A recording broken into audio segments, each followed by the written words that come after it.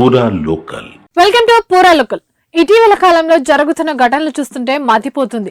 ప్రియుడి కోసం పెళ్లి చేసుకున్న వాడిని మట్టు పెట్టడం, ప్రేమించిన వాడితో వెళ్లిపోవడానికి కన్నబిడ్డల్ని చంపేయడం, పెళ్లైన తర్వాత కూడా అక్రమ సంబంధాలు పెట్టుకోవడం, ఇవన్నీ ఒక ఎత్తైతే తాజాగా ఓ నిత్య పెళ్లి కూతురి బండారం బయటపడింది. మనస్పర్ధలతో విడాకులకు ప్రయత్నిస్తున్న వారే ఆమె టార్గెట్.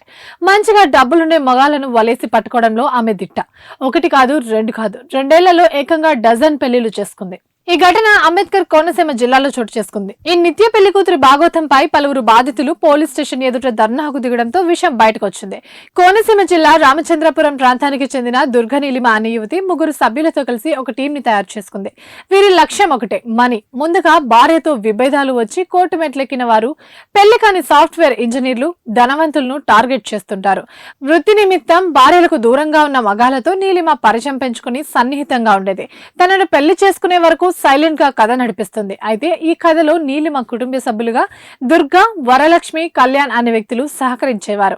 అయితే పెళ్లి అయ్యాక నీలిమ అత్తారింటికి వెళ్లేది కాదు. ఒకవేళ భర్త ఎదురు తిరిగితే కేసులు పెడతామని బెదిరించేది. రహస్యంగా చేసుకున్న పెళ్లి కాపురానికి సంబంధించిన ఫోటోలు, వీడియోలు దగ్గర పెట్టుకుని వాటిని చూపిస్తూ చాలా మందిని బ్లాక్ మెయిల్ చేసి లక్షల్లో దోచేసుకున్నారు.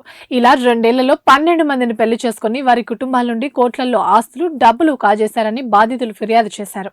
ఇవి ఇప్పటివరకు అప్డేట్స్. మరిన్ని అప్డేట్స్ కోసం చూస్తూనే ఉండండి పూరా లోకల్.